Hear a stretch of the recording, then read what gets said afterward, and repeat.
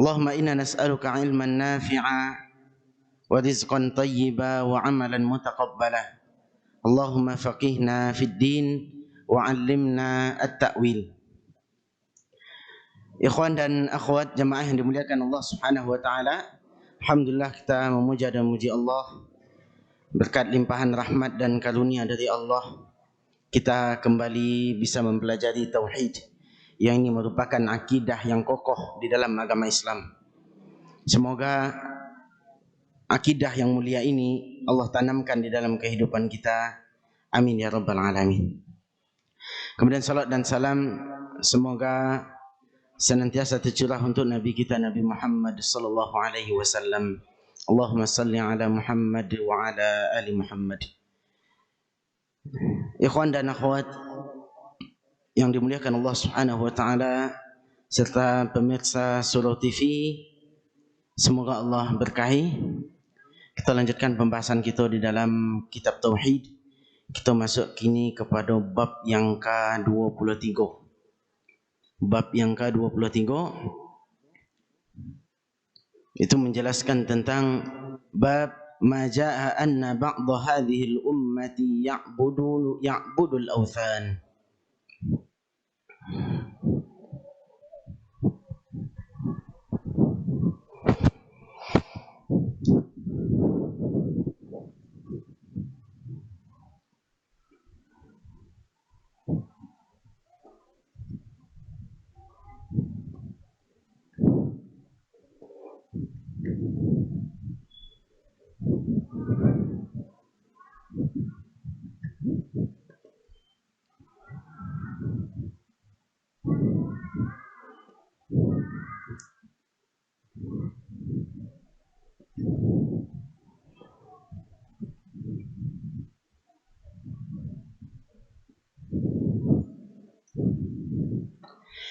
Itu bab yang menjelaskan tentang, artinya kawan-kawan sekalian, bab yang menjelaskan tentang bahwa sebahagian dari umat ini, penjelasan tentang bahwa sebahagian dari umat ini mereka menyembah berhala, menyembah al-awthan.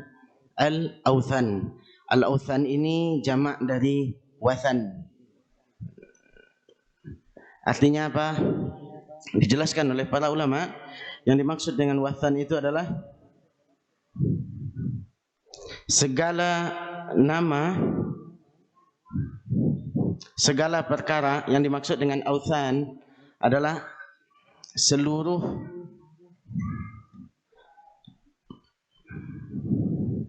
nama atau perkara yang disembah selain Allah.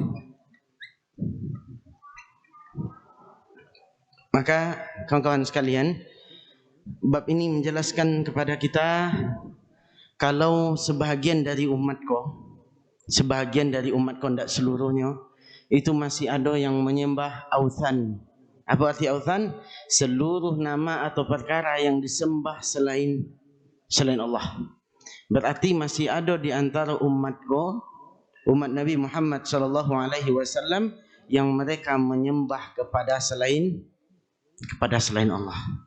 Masih ada di antara umatku yang mereka menyembah kepada selain Allah Subhanahu wa taala. Dan bab itu dijelaskan oleh Syekhul Islam Muhammad bin Abdul Wahab. Itu berdasarkan fakta di lapangan. Masih banyak di antara kaum muslimin yang mereka menyembah kepada selain Allah Subhanahu wa taala. Ketika Syekh Muhammad bin Abdul Wahab berdakwah di daerah di Jazirah Arab, maka masih banyak orang-orang yang mereka mengaku Islam tapi beribadah kepada selain Allah Subhanahu wa taala. Dan itu merupakan bantahan kawan-kawan sekalian jemaah. Mohon enggak maju Pak. Nanti kalau ada kawan kita masih kosong, saya akan maju. Kondisi masih kosong dulu. Nah, itu. Itu merupakan bantahan terhadap pandangan sebagian kaum muslimin. Pandangan sebagian kaum muslimin. Taqaddam, Ikram, Afdil, Fauzan, sini duduk. Nanggaik-gaik nama sanda. Ayo, sekarang duduk, maju. Cepat. Sini dak, di depan sini. Cepat. Ayo, Fauzan. Jangan nyender. Ayah ini aja ndak nyender. Tuh. Nah, ngadap ke sini. Maju, Afdil, sini duduk Afdil. Sini duduk. Sini duduk. Ikram, maju. Maju Ikram. Sini duduk nak. Ayo, dekat kita ke tempat ilmu. Ayo.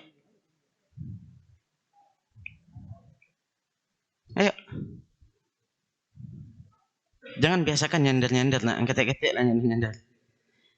Itu merupakan bantahan terhadap sebagian pandangan kaum muslimin yang mereka mengatakan tidak mungkin umatku jatuh lagi kepada kesyirikan. Tidak mungkin umatku lagi berbuat kesyirikan. Karena ada sebagian pandangan dan ikut tersebar di tengah-tengah masyarakat. Ya, mereka menganggap umat Islam kok tidak mungkin lagi jatuh kepada kesyirikan. Karena seluruhnya lah jelas. Nah, sebagian dari perkataannya kok ada bananya. Karena seluruhnya sudah jelas. Tapi meskipun sudah jelas seluruhnya, masih banyak di antara kaum muslimin, di antara umat Rasulullah SAW yang mereka jatuh kepada kesyirikan. Apa buktinya? Syekh menjelaskan bab itu berdasarkan bukti dan fakta yang beliau temukan di lapangan. Dan buku itu menjelaskan tentang bentuk-bentuk kesyirikan yang terjadi di tengah-tengah masyarakat. Dan Nabi kita SAW telah mengabarkan kalau umatku akan senantiasa jatuh kepada kesyirikan. Apa penyebabnya? Kita tinjau dalilnya, dalil yang menjelaskan tentang bab itu yaitu di dalam surah An-Nisa ayat yang ke-51. Di dalam surah An-Nisa ayat yang ke-51.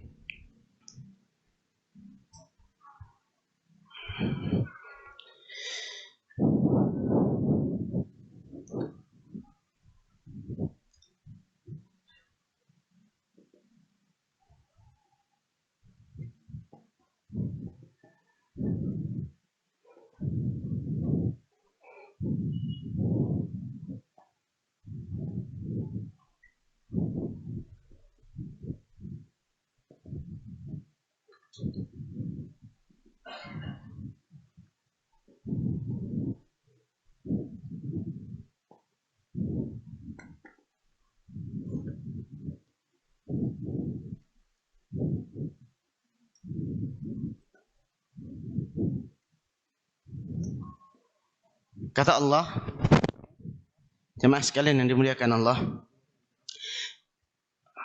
tidak baris lain lagi ada nak. Lagi bisa baca kan? Malah belajar bahasa Arab, Masya Allah bisa bacanya. Kau bukan alif lam mim ya? Kau bukan alif lam mim. Kau kecil Allah. Alam tara ilal ladhina utu nasiban minal kitab yu'minuna bil jibti wat tagut. Alam tara ilal ladhina utu nasiban minal kitab yu'minuna bil jibti wat tagut. Surah apa tadi? An-Nisa ayat 51. Artinya apa? Tidakkah engkau memperhatikan, silakan dicatat kawan-kawan sekalian, tidakkah engkau memperhatikan orang-orang yang diberikan sebahagian Alkitab?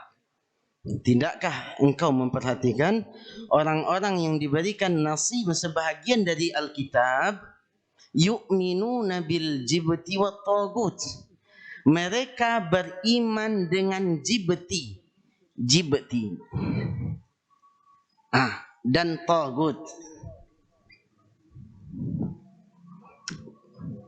Tidakkah engkau memperhatikan orang-orang yang diberikan sebahagian dari Alkitab, mereka beriman yu'minuna bil jibti wat tagut. Mereka beriman dengan jibti wa tagut. Sekarang pertanyaannya, apa yang dimaksud dengan jibti dan tagut? Apa yang dimaksud dengan jibti wa tagut? Para ulama tafsir, ulama akidah, mereka mengatakan jibti ini adalah berhala, dukun, tukang sihir,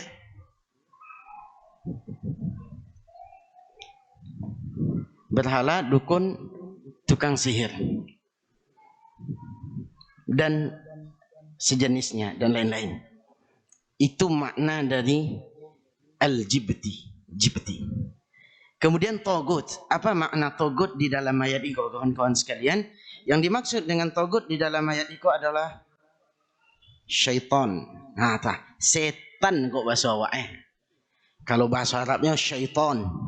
Kalau bahasa awaknya setan. Jemaah yang dimuliakan Allah Subhanahu wa taala. Masih ada di antara umatku yang mereka menyembah kepada authan, kepada sesembahan selain Allah Subhanahu wa taala. Apa buktinya? Buktinya di dalam surah An-Nisa ayat yang ke-51. Allah mengatakan, tidakkah engkau memperhatikan adanya orang-orang yang diberikan Alkitab? Diberikan kitab kepadanya. Alkitab di sini siapa orang-orang yang dimaksud di sini? Adalah orang-orang Yahudi dan Nasrani. Orang Yahudi dan Nasrani. Tapi mereka masih beriman dengan jibti, berupa berhala, dukun, ya, berupa berhala, dukun, tukang sihir dan sejenisnya, patung, jimek-jimek dan sejenisnya. Kemudian mereka juga beriman kepada tagut, yaitu kepada syaitan. Kira-kira jamaah sekalian, di umatku ada enggak yang masih beriman dengan itu?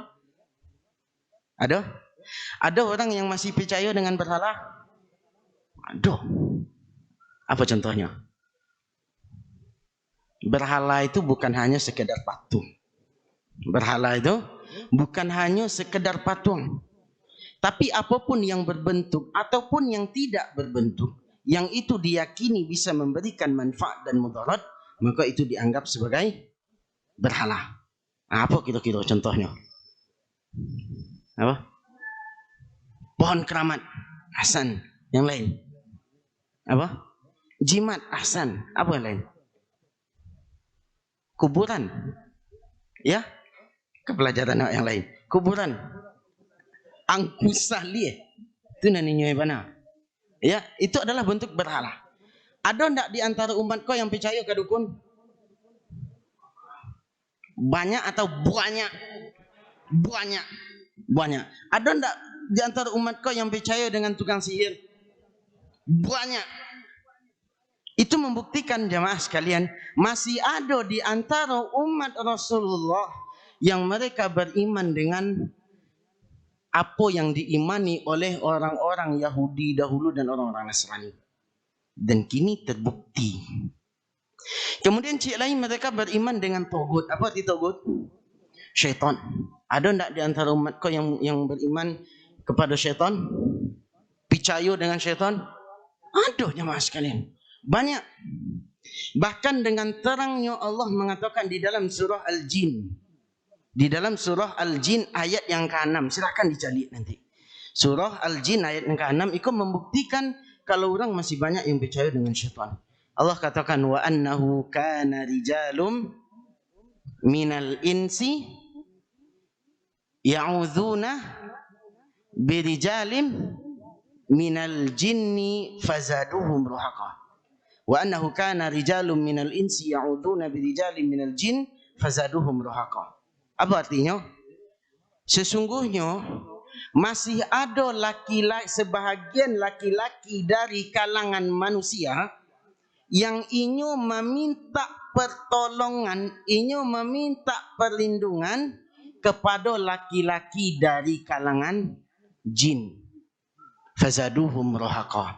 Tapi jin tadi sehingga jin tadi membuat manusia yang beriman dengan inyo, yang meminta perlindungan kepadanya, bertambah kufur dan ingkar kepada Allah. Kini banyak jemaah sekalian, orang yang meminta perlindungan dengan jin. Sehingga banyak kita temukan ada orang yang pakai tenaga luar. Ya, tenaga luar namanya, bukan tenaga dalam. Tenaga dalam mah dari dalam diri. Ya, minta perlindungan kepada syaitan. Ada orang yang memang takwi dengan syaitan, sehingga memberikan tumbal-tumbal, memberikan sesajian-sesajian kepada syaitan, kepada jin yang dianggap ditampik tuinya menguasai. Maka adanya tumbal lawi, sesajian lawi. Ada juga tumbal untuk hal-hal yang dianggap keramat, sampai keramat lah, uluai lah, paunyi rumah lah, paunyi tampik lah. Itu adalah bentuk beriman kepada jin, kepada syaitan yang mereka masih ada sampai saat ini. Sebanyak orang yang percaya kok berjalan keluar tu hanya beriman. Adanya yang bisa memberikan manfaat dan mudarat kepadanya selain Allah Subhanahu wa taala. Ada enggak di dalam pembahasan kok terbukti enggak di tengah-tengah masyarakat sampai gini? Masih terbukti.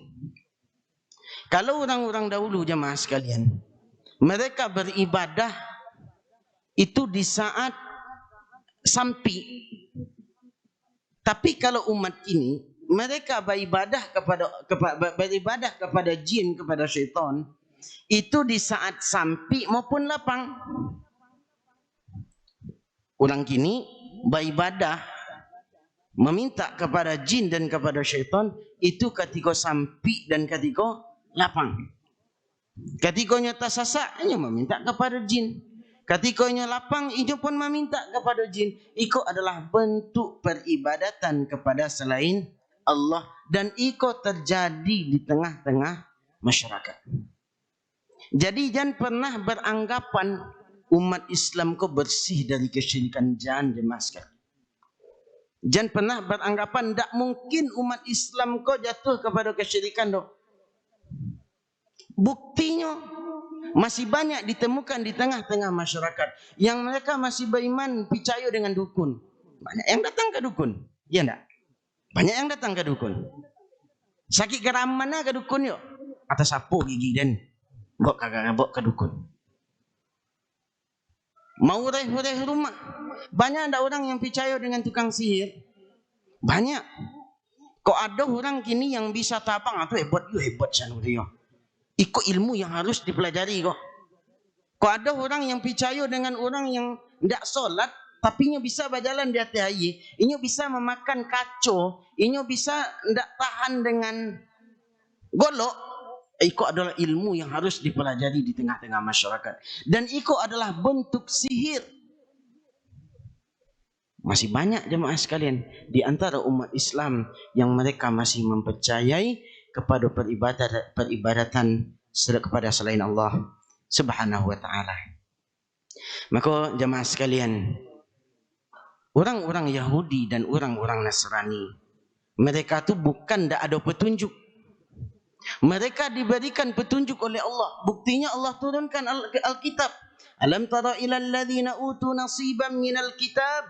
Tidakkah engkau memperhatikan orang-orang yang diberikan sebahagian Alkitab? Taurat dan Injil. Itu adalah petunjuk dari Allah Subhanahu wa taala. Kitab langit disilahkan. Ya, kitab yang Allah turunkan dari langit. Apa yang menyebabkan, apakah di dalam Alkitab itu tidak ada yang memberikan peringatan kalau ikut syirik atau tidak? Dilengkap. Sudah lengkap jemaah sekalian. Dan umat Islam kok Allah turunkan kepadanya Al-Quran. Tapi kok masih ada di antara kaum muslimin yang mereka melakukan kesyirikan kepada Allah. Apa penyebabnya? Karena Al-Quran hanya sekedar pajangan. Al-Quran tak lai dipelajari. Al-Quran hanya sekadar kalaupun dibaca, hanya sekadar dengung-dengungan. Tapi tak pernah memahami isi kandungan. Sehingga menyebabkan inyu jauh dari agama yang mulia kau.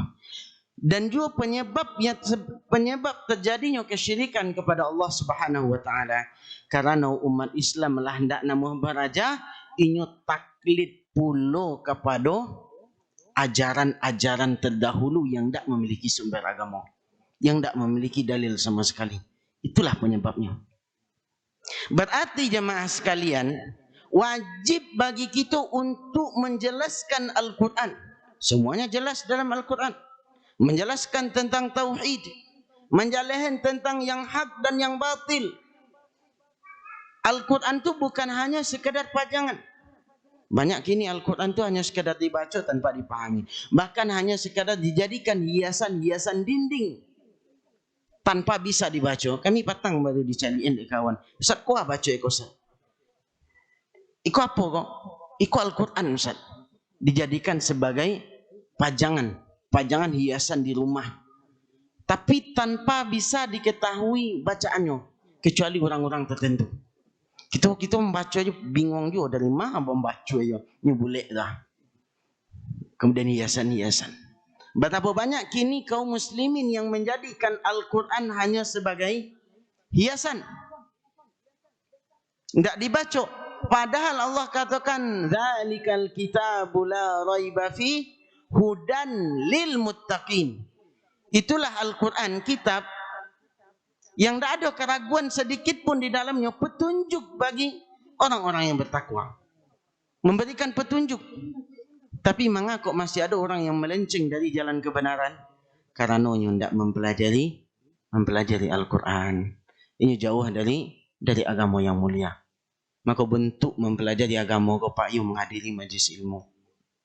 Kita sering sampaikan Pak, kita mau di malam pengajian kita sampaikan, jangan tinggalkan majlis ilmu. Selangkah meninggalkan majlis ilmu, ribuan langkah syaitan akan menyeret kepada kejelekan. Kita ulangi, selangkah meninggalkan majlis ilmu, ribuan langkah syaitan akan menyeret kita kepada kebatilan, kepada kesyirikan dan maksiat kepada Allah Subhanahu wa taala. Kau jangan tinggalkan majlis ilmu jemaah sekalian. Kalau lama tinggalnya majlis ilmu, nanti malah untuk mengikuti majlis ilmu setelahnya. Tapi jemaah yang dimuliakan Allah Subhanahu wa taala, maka supaya kita tidak jatuh kepada kesyirikan, kita harus mempelajari tauhid. Kita harus mengamalkan tauhid. Kita harus mendakwahkan tauhid sebagaimana di pengajian kita sebelumnya. Untuk mengokohkan tauhid itu butuh 3 hal. Apa itu yang pertama, Tang? Ilmu. Yang kedua, beramal. Ketiga, mendakwahkan. Harus didakwahkan tauhid kepada manusia sekalian. Setelah kita ilmui, setelah kita amalkan, harus kita dakwahkan tauhid. Kita sampaikan. Karena masih banyak di antara kaum muslimin yang mereka tidak tahu dengan tauhid. Masih banyak di antara kaum muslimin mereka tidak tahu dengan syirik sehingga jatuh kepada kesyirikan. Sebabnya apa? Minimnya dakwah tauhid. Minimnya dakwah tauhid. Jemaah yang dimuliakan Allah Subhanahu wa taala, kita ambil faedah dari ayat itu.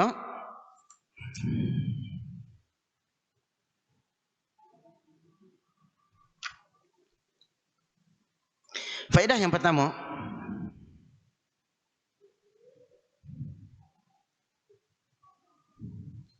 annahu sayakunu fi hadhihi al-ummati man ya'budu al-awthana kama hadatha lil yahudi wan nasara. Sungguh akan terjadi pada umat ini orang-orang yang menyembah kepada sesembahan selain Allah, kepada awthan, sesembahan selain Allah, sebagaimana terjadi kepada orang-orang Yahudi dan Nasrani. Sesungguhnya umat ini di antara mereka ada yang beribadah kepada awthan, kepada sesembahan selain Allah, dan sebagaimana terjadi pada orang-orang Yahudi dan Nasrani.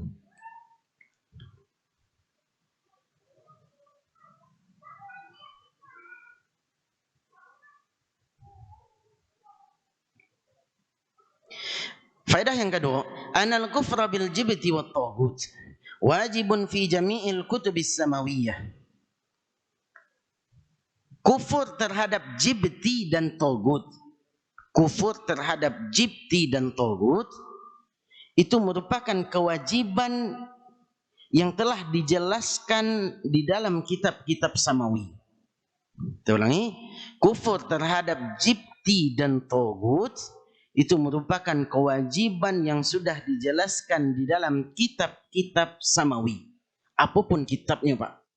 Ya, kitab Taurat, kitab Injil, kitab Zabur, Al-Quran, seluruhnya telah menjelaskan kepada umatnya agar tidak beriman dengan jibti dan taghut, agar tidak mempercayai dukun-dukun, agar tidak mempercayai sihir-sihir, tidak mempercayai berhala-berhala dan yang sejenisnya.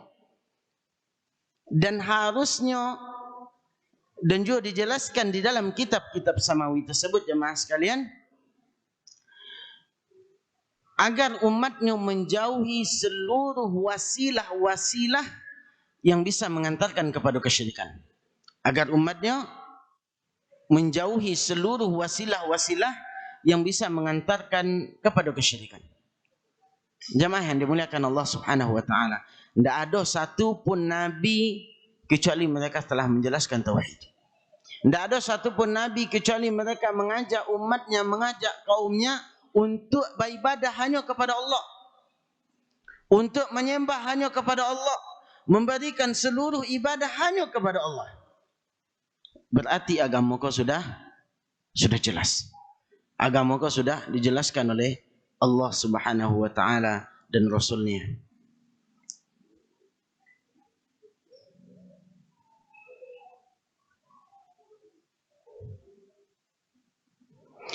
Faedah yang ketiga, annal imana bil jibti wat taghut fi hadzal mawdhi'i ma'nahu muwafaqatu ashabiha walau kana yabghaduha wa ya'rifu butlanaha. Beriman dengan jibti dan taghut maknanya, beriman dengan jibti dan taghut maknanya mencontoh para orang-orang sebelumnya, itu Yahudi dan Nasrani. Maknanya mencontoh orang-orang sebelumnya, yaitu Yahudi dan Nasrani, meskipun mereka membenci perbuatan tersebut. Meskipun mereka membenci perbuatan tersebut. Banyak di antara kaum muslimin yang mereka mengetahui kalau itu kesyirikan, kau tidak. Tapi mereka masih melakukan bentuk-bentuk kesyirikan. Mereka masih melakukan bentuk-bentuk kesyirikan. Mereka sepakat dengan kesyirikan-kesyirikan tersebut, meskipun fitrahnya, hati kecilnya mengingkari perbuatan kesyirikan tersebut. Dan itu masih banyak di antara kaum muslimin, Pak, yang mereka mencontoh perbuatan-perbuatan orang-orang Yahudi dan Nasrani. Mereka ikut-ikutan di dalam ritual-ritual mereka, atau mereka menyerupai ritual dan perbuatan-perbuatan mereka. Banyak orang-orang Islam sekarang demikian, ikut-ikutan, latah, ikut-ikutan. Mudah sekali untuk mengikuti acara-acara mereka, kegiatan-kegiatan mereka, perayaan-perayaan mereka. Itu adalah bentuk kesepakatan, baik diakui ataupun tidak, sejatinya inilah jatuh kepada peribadatan kepada selain Allah yang menyamai orang-orang Yahudi dan Nasrani. Faedah berikutnya, wujubul amali bil ilmi wa anna man lam ya'mal bi ilmihi fa fihi shibhun minal yahudi wan nasara. Wajibnya beramal dengan ilmu. Wajibnya beramal dengan ilmu. Wa anna man lam ya'mal bi ilmihi, barang siapa yang beramal tidak dengan ilmu, maka dia menyerupai orang-orang Yahudi dan Nasrani. Wajibnya beramal dengan ilmu. Barang siapa yang beramal tanpa ilmu, sejatinya mereka menyerupai orang-orang Yahudi dan Nasrani. Itu konsekuensi.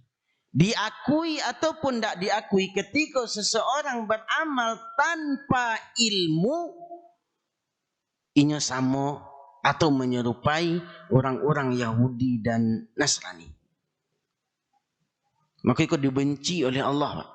Orang-orang Yahudi dan Nasrani ikut dibenci oleh Allah. Dan ikut setiap hari kita lafazkan di dalam bacaan salat kita. 7 kali jemaah sekalian kita baca. Ghairil maghdubi alaihim waladdallin. Bukanlah termasuk orang-orang yang engkau murkai, yang dimurkai oleh Allah. Dan juga bukan termasuk orang-orang yang fasik. Itu adalah karakteristik orang-orang Yahudi dan Nasrani.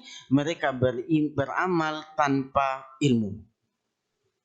Tapi orang memang tak, kalau dikatakan itu pak kareh mah ya samuan ndak. Orang Islam dengan Yahudi dan Nasrani, kita tidak menyamakan pribadi.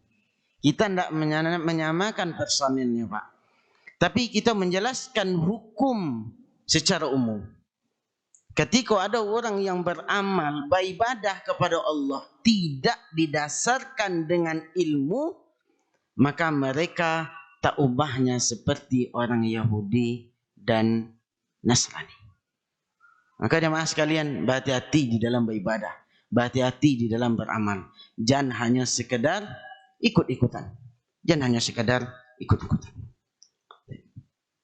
Jemaah yang dimuliakan Allah Subhanahu wa taala. Maka makna atau pelajaran yang bisa kita ambil dari sikajua, hendaknya seorang muslim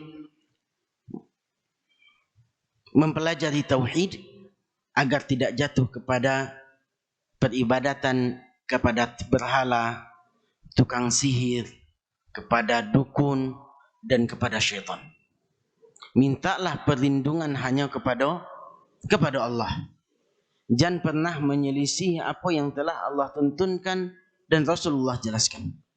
Ya, jangan pernah menyelisih apa yang telah Allah tuntunkan dan Rasulullah jelaskan. Agama gitulah sempurna, Pak. Agama gitulah sempurna. Maka pelajari tauhid dengan baik. Itu baru bab yang keberapa tadi? Bab yang ke-23. Masih lebih separuh lagi bab di dalam bab tauhid yang perlu kita pelajari. Dan itu harus kita ulang-ulang. Pembahasan tauhid harus diulang-ulang. Selesai kau nanti diulang balik. Selesai diulang balik. Karena dari waktu ke waktu ada orang-orang yang tidak mengetahui penjelasan tauhid, ada orang-orang yang tidak mengetahui hakikat dari kesyirikan. Jemaah yang dimuliakan Allah Subhanahu wa taala, kita bisa menjelaskan hanya satu dalil di dalam bab ini. Masih ada sekitar 3 atau 4 dalil lagi di dalam bab yang ke-23 kok. Kita cukupkan dulu. Mudah-mudahan bisa dipahami dengan baik. Allah berikan kita pemahaman yang baik. Allah berkahi kita. Sallallahu ala nabiyina Muhammad wa ala alihi wa ashabihi ajma'in. Walhamdulillahi rabbil alamin.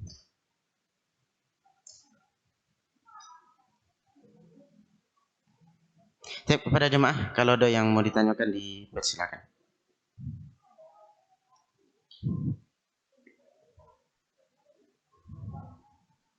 Ya, silakan ya. Waalaikumsalam warahmatullahi wabarakatuh. Apa ya? Iya ya.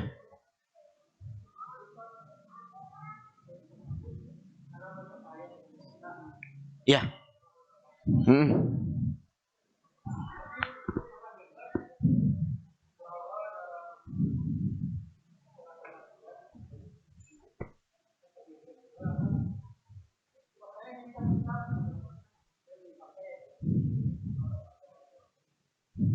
Ya.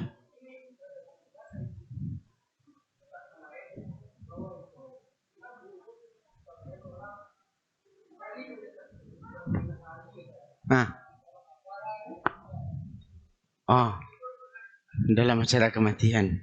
Ya. Baik, insyaallah. Terima kasih ya. Ya. Sebagaimana kita jelaskan tadi, jemaah sekalian dimuliakan Allah. Banyak di antara kaum muslimin, di antara umatku yang mereka saketik mencontoh dan meniru perbuatan dan amalan orang-orang Yahudi. Maka kita katakan, selama amalan tu indak menyelisih syariat dan indak dijadikan sebagai syariat, maka itu tidak masalah. Kita ulangi, selama amalan tu indak menyelisihi syariat dan indak dijadikan sebagai syariat, maka itu tidak masalah. Banyak produk-produk kufar yang dibolehkan dalam agama kita. Ya, kita boleh menggunakan teknologi-teknologi. Ya, meskipun mereka menggunakan, boleh tidak kita menggunakan? Boleh. Karena itu bukan menyelisih syariat dan itu bukan juga dijadikan sebagai syariat. Adapun amalan-amalan yang dilarang di dalam agama kita menyerupai mereka, yaitu amalan-amalan yang itu merupakan ciri khas agama mereka. Merupakan ciri khas agama mereka. Seperti peribadatan kepada selain Allah. Ya, mereka merayakan iko, adanya hari raya iko, misalnya adanya ulang tahun iko, kita ada lah. Adanya acara iko, kita ada belum. Ketika kematian orang-orang tu memiliki seragam khusus misalnya, ya, pakaiannya harus hitam dari ujung rambut sampai ujung kaki hitam misalnya. Ya, kita harus pula menghitamkan seluruh pakaian, bahkan mewajibkan. Nah, iko adalah salah satu bentuk atau langkah mengikuti acara-acara mereka. Dan kini masih banyak. Ini kalau ada orang mati, Pak, kini yang datang kepada kematian itu tidak orang doh, tapi karang bunga. Jadi jemaah sekalian, yang datang kini bukan orang yang datang kepada kematian, tapi karangan bunga. Banyak berderet ikut berduka cita. Ikut berduka cita atau bersuka cita, ikut berduka cita atas kematian fulan dan fulana. Iko adalah bentuk menyelisih. Kenapa kita katakan bentuk menyelisih? Akibat iko, ya, banyaknya sunnah Rasulullah yang hilang. Banyaknya sunnah Rasulullah yang hilang. Dan iko juga bentuk mubadzir, menghambur-hamburkan harato. Idha'atul mal, menyelewengkan harato. Coba kira-kira, mohon maaf teman sekalian, karangan bunga itu baracik karangan bunga, Pak. 300.000. Oh, enggak 25.000 loh. 300.000. Itu hanya sekadar ucapan, memberikan manfaat dan faedah enggak kepada semait? Enggak ada teman sekalian. Hanya sekedar mencalian mungko. Kalau kini tidaklah mencalian mungko namanya, mencalian karang bunga. Nah, itu namanya. Iko dari mana program mereka? Sakit-sakit cara beragama mereka dicontoh. Sehingga hilanglah sunnah Rasulullah sallallahu alaihi wasallam. Kau jemaah, kau ada nama meninggal besok keluarga, jangan dikiriman nama menerima karang bunga. Agena pitih itu kau cukup. Terima pitih. Tinggal tipu lumayan. Bisa itu dimanfaatkan, ya, dibantu orang yang lagi kesusahan. Kemudian hadir ke situ. Maka berkenaan dengan pertanyaan ayah tadi, baju hitam-hitam, maka tidak harus diwajibkan. Jangan diwajibkan. Pakai aja lah pakaian biasa. Kadang orang hanya yang penting selendang hitam, kok ibu-ibu kadang tak jale pakaian. Yang penting hitam, kok kata buka di atas, kok kata buka di bawah, tak jale dah. Yang penting hitam. Menutup aurat yang lebih penting. Itu adalah bentuk mencontoh mereka seketik-seketik. Adapun berkenaan dengan peniruan, pencontohan kepada mereka yang lain tak menyelisih syariat, silakan. Perbolehkan. Pakai oto apa-apa, nak pakai oto gagah boleh. Pakai odong-odong boleh ya. Silakan. Allah. Yang lain silakan, Pak. Yuk, silakan Pak Edi.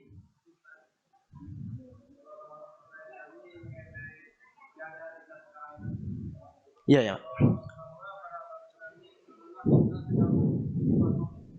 Iya, Pak.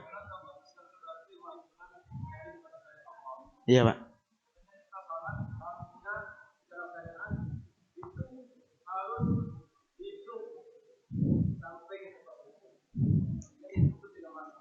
Ya. Ya.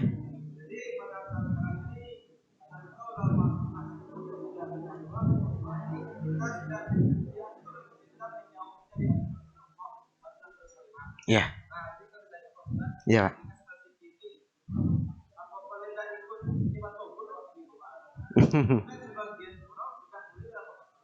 Ya, tidak masker.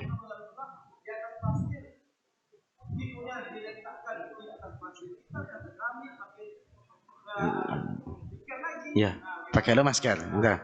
Masya Allah. Terima kasih Pak. Semoga berkah ya Pak. Allah berikan kita pemahaman yang baik.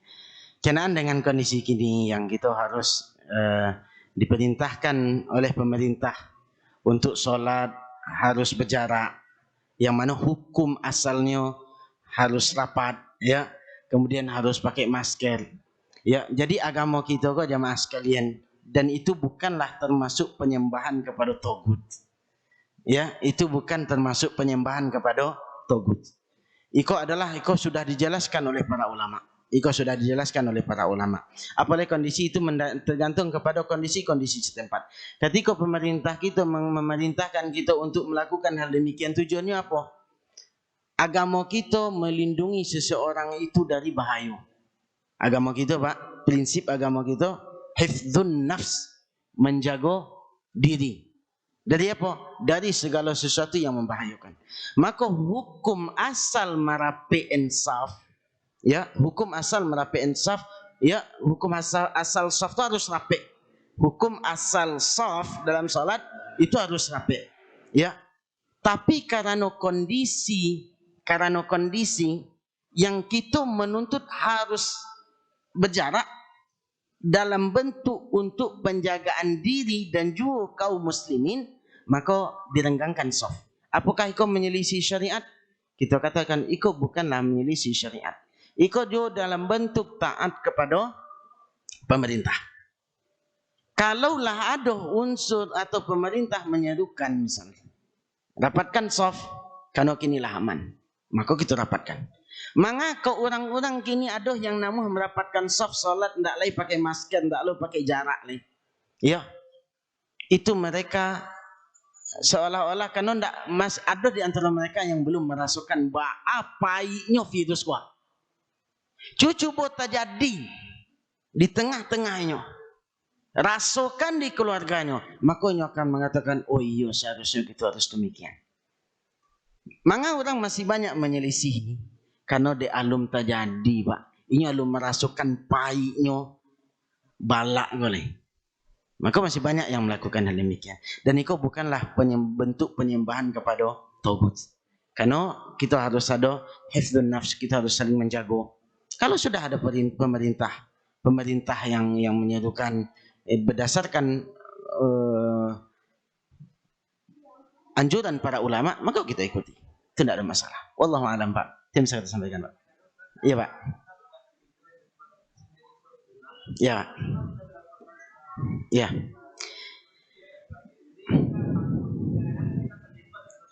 Masya Allah. Ya. Bagus, Pak. Iya. Iya.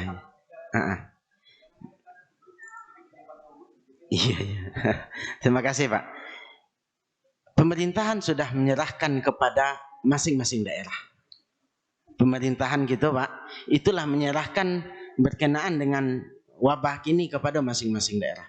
Kalau memang daerah itu aman dari wabah, mungkin yang berada di pelosok yang jarang orang keluar masuk di situ, ya, maka silakan dirapi insaf. Tapi kalau di daerah kita, misalnya kayak kita di sini kok, di Sikok ini, itu yang datang tuh dari berbagai daerah. Orang yang singgah pun bermacam-macam. Yang kita tidak tahu apakah mereka membawa atau tidak. Yang jelas salah satu akidah Ahlus Sunnah wal Jamaah yang harus kita pahami, ada yang dinamakan dengan akhdhul asbab, mengambil sebab supaya tidak terjatuh kepada sesuatu yang memudaratkan, supaya tidak terjadi wabah kepada wabah, maka kita harus bau-sau supaya terhindar dari itu. Kok kanai juga itulah yang namanya takdir. Adapun di tampek-tampek yang memang aman rasanya, di pelosok-pelosok, di ujung, maka silahkan. Karena memang tidak ada. Kalau di Siko jemaah sekalian, kita masih berseliweran keluar, ya masih banyak berinteraksi di luar. Bahkan ada di antara jemaah yang mungkin yang keluarganya kanai, justru mereka sangat berhati-hati dalam meliko. Mengapa orang tidak namuh kini ada usahlah saya pakai masker apa lo pakai masker sesangok pakai maskernya. Ya, mereka belum merasakan ba'a mode sesangok kani corona kok. Itu. Wallahu a'lam bissawab. Itu Pak Edi. Insyaallah. Iya Pak, silakan Pak. Iya Pak.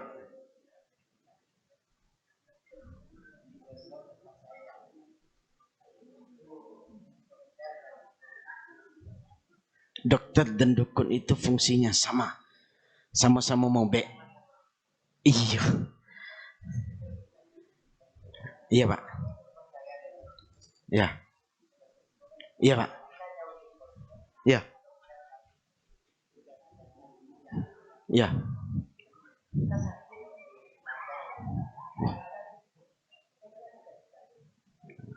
Iya. Iya. Kita ada di Daka, di ladang. Yang ada dukun, itu dukun ladang. Iya, iya. Kasihan tak tolong nih Pak, begitu ya. Iya. Iya.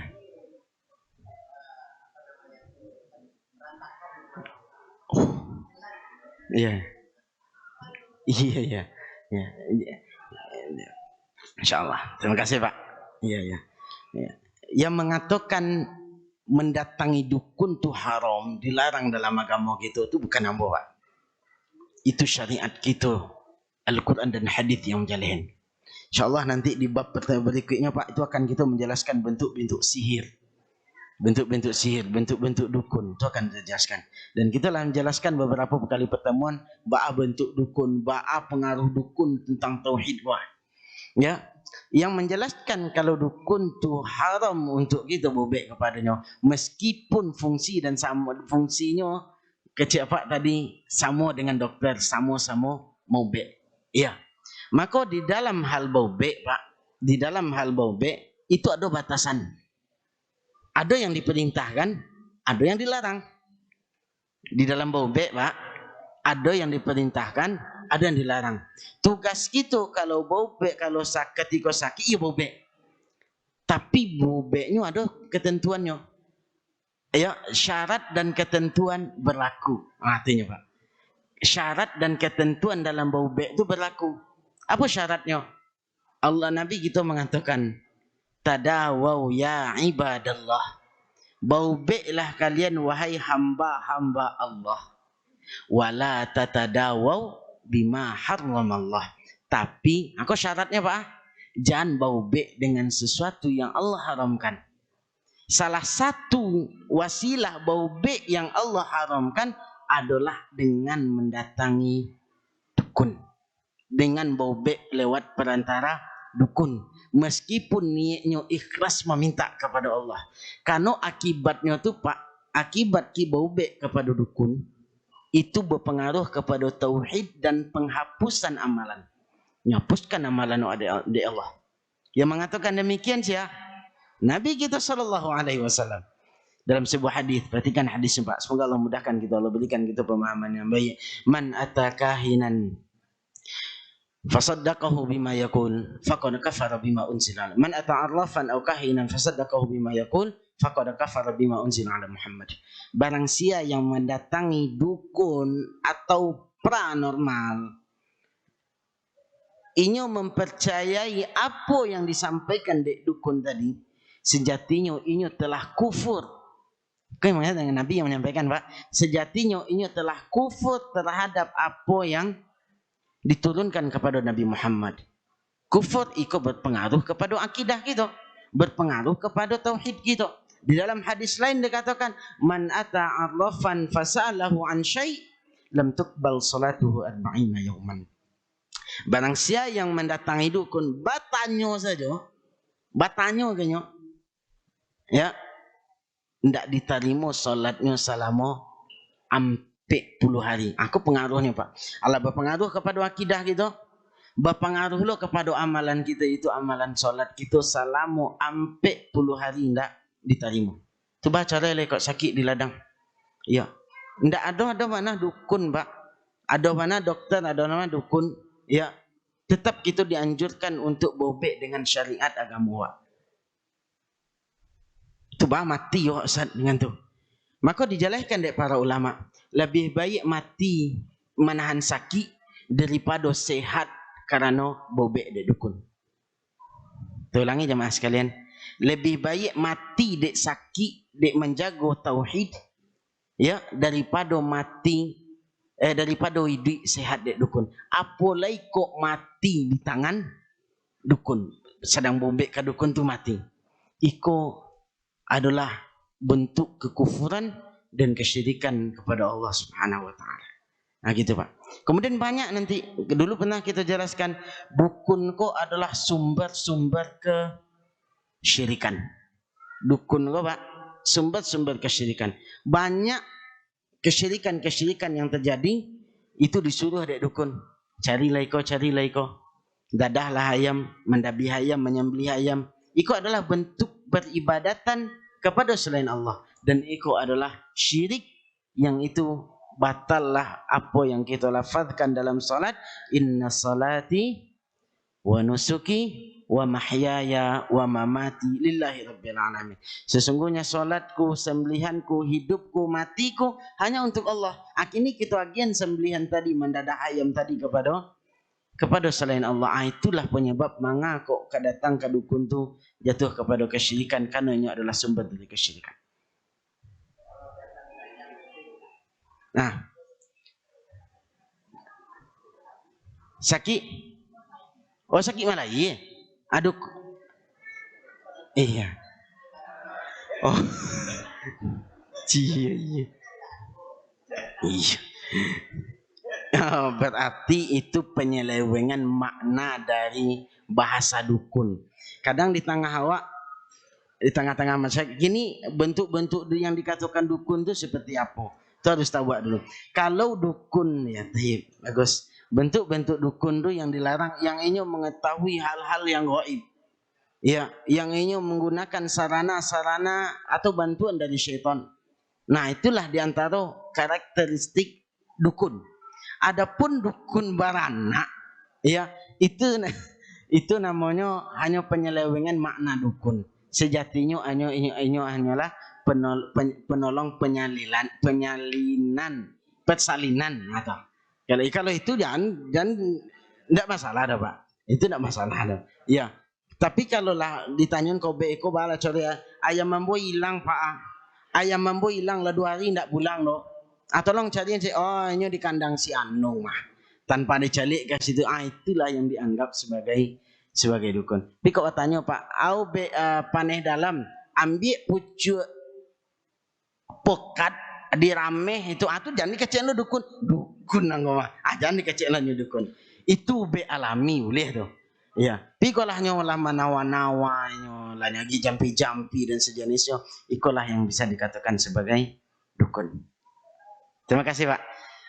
Jemaah sekalian dimuliakan Allah Subhanahu wa taala, yang bisa kita jawab. Mohon maaf kepada pemirsa Surah TV, banyak pertanyaan tidak bisa kita jawab satu persatu karena waktu yang membatasi. Semoga Allah berikan kita pemahaman yang baik, Allah berkahi gitu.